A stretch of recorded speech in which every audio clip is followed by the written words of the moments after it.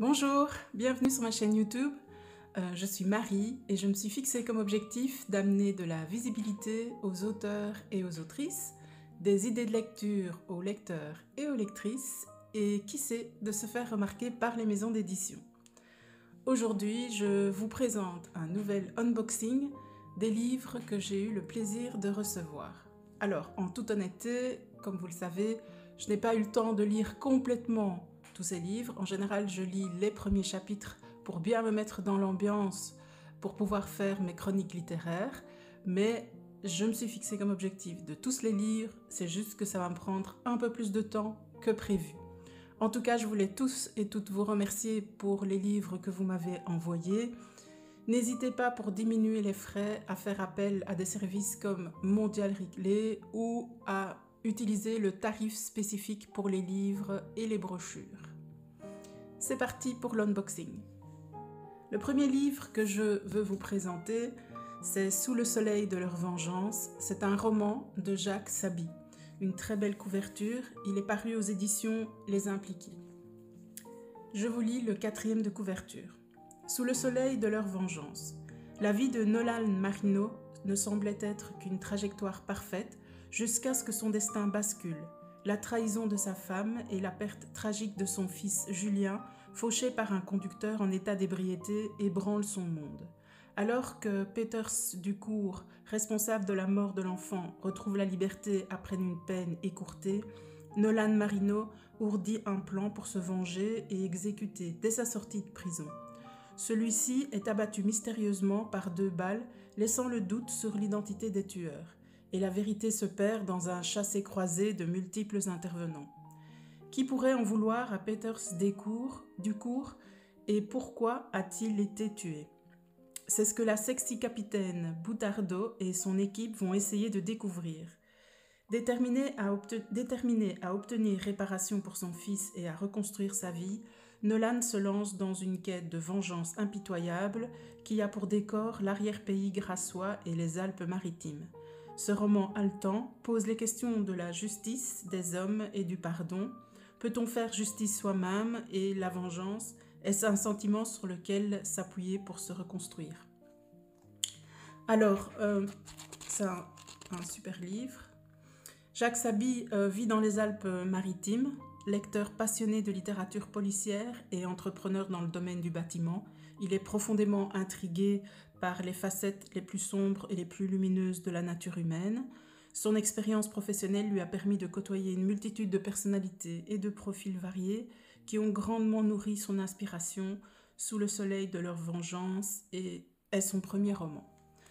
Voilà, donc un roman émotion, mais en même temps une enquête et aussi une grande réflexion par rapport à l'autojustice, le fait de faire justice soi-même et le fonctionnement de l'humain en général. Sous le soleil de leur vengeance de Jacques Saby.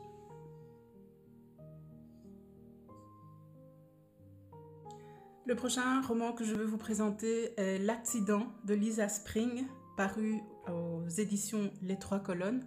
J'ai rencontré Lisa Spring lors d'un salon de littérature et je dois dire que ça a tout de suite matché. En termes de personnalité, on est très semblables, un peu hyperactif, enfin un peu beaucoup, et aussi beaucoup d'idées, beaucoup d'énergie. C'est une personne solaire.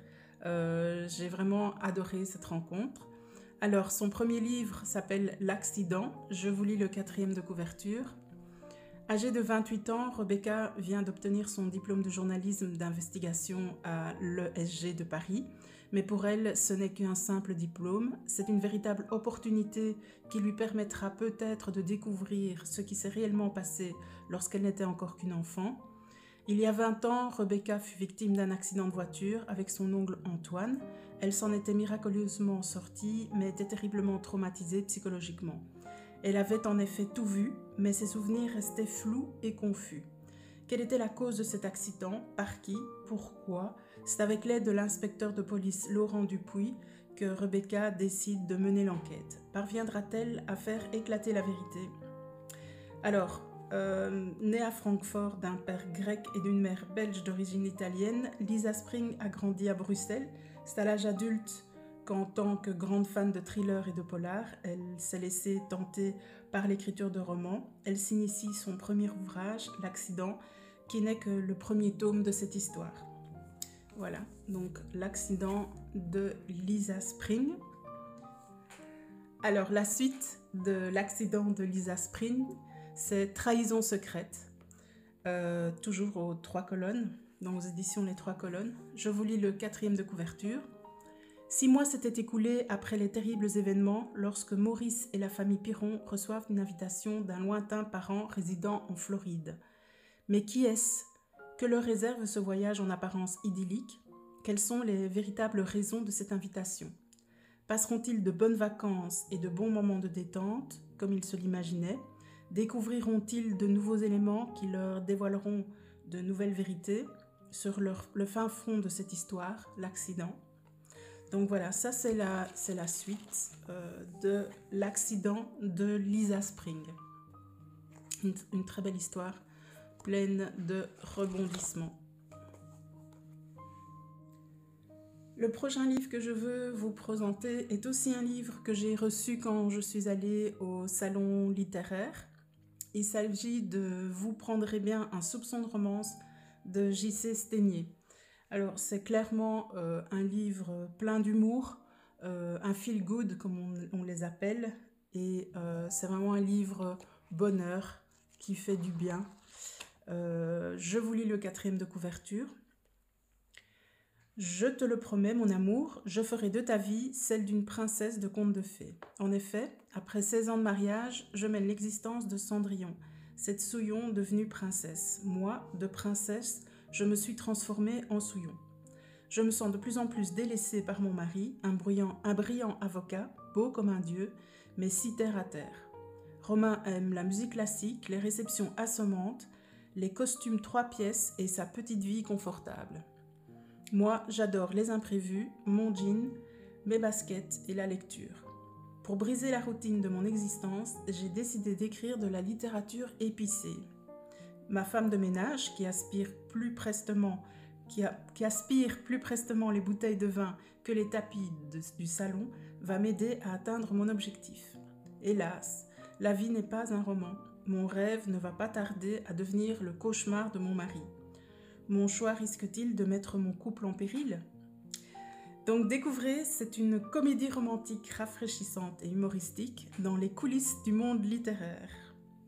Il paraît qu'il y a une influenceuse dans le livre qui n'est pas piquée des vers. Donc voilà, je vous conseille pour passer un bon moment de lecture. J.C. Stégnier, vous prendrez bien un soupçon de romance. Le livre suivant, je l'ai aussi reçu donc lors d'un salon littéraire.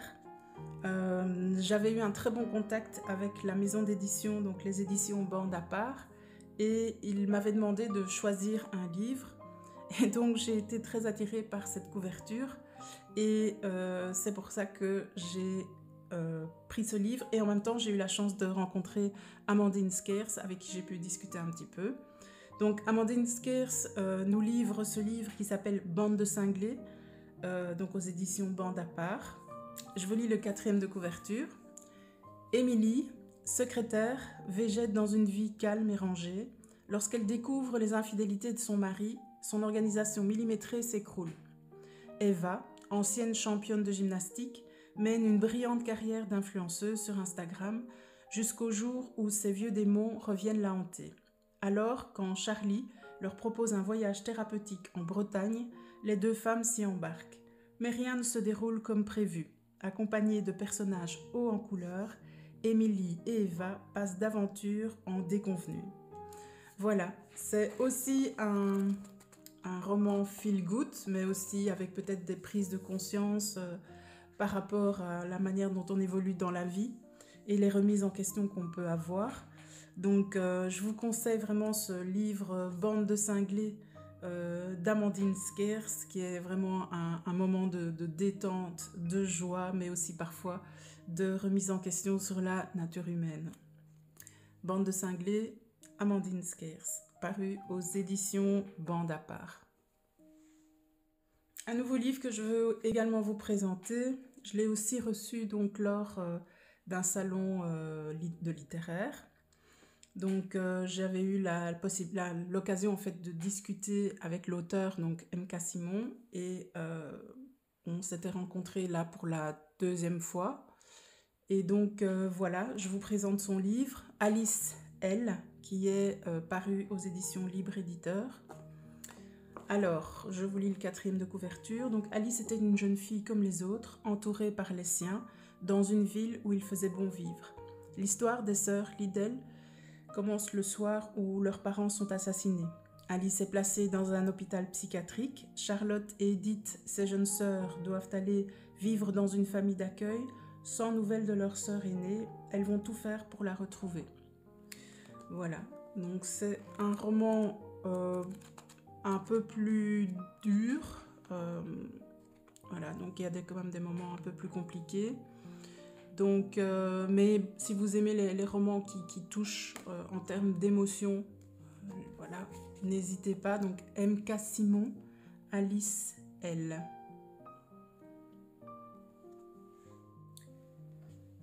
Le livre suivant est un très beau livre. C'est un livre qui a été écrit par Sofia Indjoke-Pala.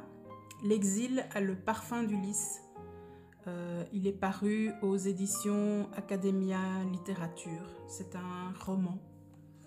Alors, je vous lis le 4e de couverture. Betty a 36 ans lorsqu'elle décide de quitter le Pérou avec sa petite fille. Elle arrive à Charleroi une nuit d'avril en 1986 avec 2 valises et tous leurs espoirs. Au cours de leur odyssée, elles pourront compter sur la bonté de professeurs, prostituées, femmes au foyer ou notables. Mais le rêve virera au cauchemar lors d'une rencontre sanglante dont va dépendre leur destin. Ensemble, Betty et sa fille éprouveront la solidarité, la douleur et l'angoisse qui jalonnent le chemin de tous les exilés. Ensemble, elles traverseront un océan de terreur pour atteindre le rivage d'un rêve fou, avec la poésie, la littérature et l'amour comme seule bouée. Qu'est-ce qui pousse à choisir l'exil? Quel est le prix de ce déracinement? Que troquent les millions d'immigrés contre une vie meilleure? Peut-être, au bout de la nuit, un exil intérieur sans retour possible. Alors, j'ai aussi rencontré donc Sofia Indjoke-Pala lors d'un salon littéraire et je dois dire que ça aussi m'a marqué. C'est une très belle personne. Donc, elle est née à Lima, au Pérou, en 1979. Elle est passionnée de littérature. Elle est professeure de français et d'espagnol. L'écriture, l'art et la créativité sont ses moteurs de vie. Ses articles en lien avec l'Amérique latine et l'enseignement sont régulièrement publiés dans la presse francophone. L'exil a le parfum d'Ulysse est son premier roman. Alors, donc c'est également donc une histoire autobiographique pleine d'émotions. Donc je vous conseille vraiment ce livre, Sofia Indjoke-Pala, L'exil a le parfum d'Ulysse. Alors le livre suivant, c'est aussi un livre que j'ai pu choisir parce qu'en fait j'ai eu un contact avec une personne des éditions Lilis. On a beaucoup discuté, c'était très sympa. On a justement parlé du développement numérique et de la manière dont les auteurs devaient se représenter sur les réseaux sociaux et que ce n'était pas toujours donné, on va dire, à tout le monde parce que finalement c'est quelque chose qui s'apprend et comme je le dis toujours, on apprend des compétences par rapport à des choses que l'on aime. Alors voilà, j'ai choisi ce livre, vous vous en doutez, déjà parce qu'il a une très belle couverture qui m'a attirée tout de suite et puis parce que ça s'appelle Mort du colibri. Et vous savez, comme je suis attachée à mon colibri rouge. Alors, Mort du colibri, c'est un livre qui a été écrit par Bernadette Latour et c'est un policier. C'est un très chouette livre. Je vous lis le 4e de couverture. Un scientifique renommé est retrouvé sans vie sous sa serre. Très vite, les habitants de Montigny-le-Tilleul sont incriminés. Un vétérinaire sans liquidité, un promoteur sans scrupules, un antiquaire sans gêne, une pharmacienne sans sentier vicinal, une infirmière sans amant, un négociant en whisky sans Écosse et une veuve sans villa. Tous font l'objet d'une enquête judiciaire rocambolesque, rythmée par l'actualité internationale, la formation d'un gouvernement belge, les catastrophes naturelles et l'arrivée d'un centre commercial. Le pouvoir de l'argent et le consumérisme sont abordés avec humour et désinvolture au cours de cette enquête qui déstabilisera plus d'un lecteur ou une lectrice, tant elle est un prétexte à décrire au vitriol notre société. Pourquoi les inspecteurs Delbar et Ndongo éprouvent-ils tant de difficultés à clore cette affaire? L'originalité demeure-t-elle le profil atypique de la victime ou bien le mobile inclassable du meurtrier? Bernadette Latour a œuvré plus de 25 ans comme architecte chef de projet, baignée dans l'univers de la construction industrielle et marchande, côtoyé des promoteurs ainsi que des gens du cru et bâti des centres commerciaux. Durant ces années, son désir d'écrire a toujours existé. Si son parcours reste classique, celle d'une femme dont la vie, travail et famille prend le dessus, à 50 ans, elle se souvient de ce besoin enfoui mais intact, d'inventer et d'architecturer des histoires originales avec des personnages aux tribulations maladroites, pas si éloignés de la réalité. Voilà, donc c'est un roman qui est en fait un policier, mais le ton aussi permet, on va dire, de passer un peu au vitriol notre société actuelle et les personnes qui en font partie. Donc, très belle couverture, je vous l'ai dit. Et ça se passe en Belgique, puisque Montigny-le-Tilleul est une ville qui existe vraiment en Belgique. Voilà, n'hésitez pas. Mort d'un colibri, Bernadette Latour, aux éditions Lilis. Et voilà pour cet unboxing. Je vous fais un résumé des différents livres présentés dans l'ordre inverse de leur présentation. Sofia Njoke Pala, L'exil a le parfum d'Ulysse, aux éditions Academia. Bernadette Latour avec La mort du colibri, paru aux éditions Lilis.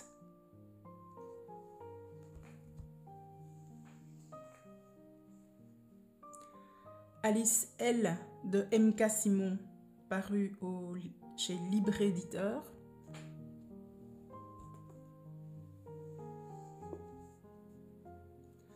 Bande de cinglés d'Amandine Skeers, paru aux éditions Bande à part.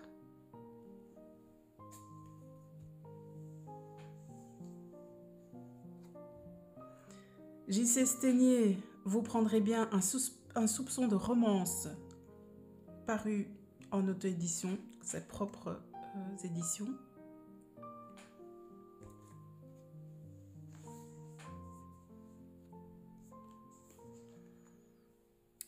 L'accident de Lisa Spring et Trahison secrète, également de Lisa Spring, paru aux 3 colonnes.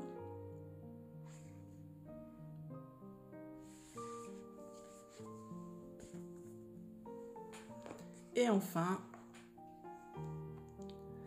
Sous le soleil de leur vengeance, un roman de Jacques Saby, paru aux éditions Les Impliqués.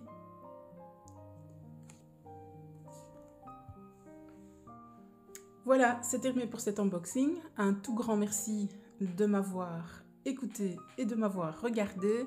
N'hésitez pas à me mettre un pouce et à vous abonner à la chaîne.